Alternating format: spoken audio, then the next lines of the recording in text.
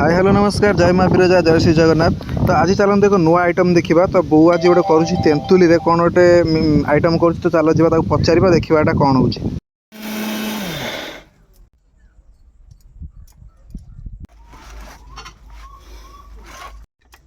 तेंतुली आपण मैंने बहुत सारा आइटम देखिथे बहुत सारा खटा खाई। तो चलते आज एक नुआ रूप एक नुआ खटा आपण देखी।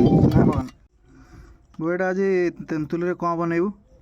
तेंतुली जोइबू तार सब कौन मसला कौन दरकार? सोरिष गुंड सोरिष पेस्ट हल्दी गुंड लंका गुंड लुण स्वाद अनुसार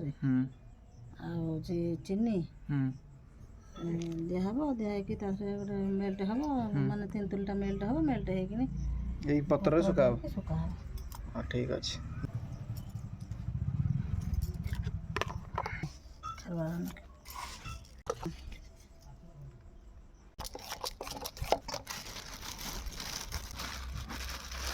केते समय सुखिबो माने केते दिन रेडी हो?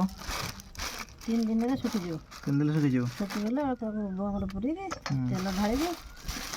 आपण मैंने तो देखिले यार प्रोसेस केमती बना जाउछि। याको तेंतुली जोइबा को जाय आपण माने मते घर बनै परिबे। या 2-3 दिन रे सुखि की रेडी हे जिवो। जदि वीडियो टी भल लागि त लाइक शेयर सब्सक्राइब निश्चित करिवे। Thank you.